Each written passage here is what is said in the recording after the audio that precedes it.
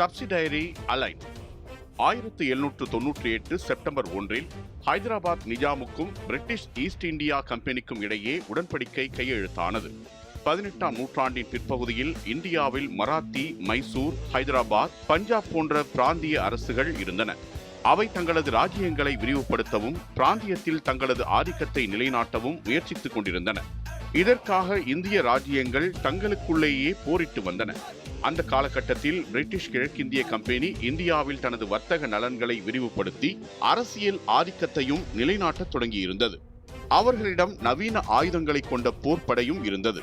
தென்னிந்தியாவில் மைசூரின் திப்பு சுல்தான் பிரிட்டிஷாருக்கு ஒரு பெரிய அச்சுறுத்தலாக இருந்தார்.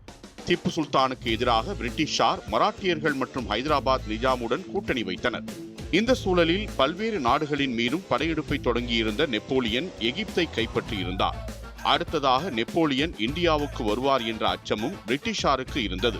லார்ட் வெல்லஸ்லி 1798ஆம் ஆண்டில் இந்தியாவின் கவர்னர் ஜெனரலாக பதவியேற்ற பிறகு இந்திய மன்னர்களை நேரடியாக அடிபணியச் செய்யாமல் அவர்களை பிரிட்டிஷாரின் கட்டுப்பாட்டின் கீழ் கொண்டுவர ஒரு புதிய கொள்கையை அறிமுகப்படுத்தினார். இது துணைப்படை ஒப்பந்தம் எனப்பட்டது.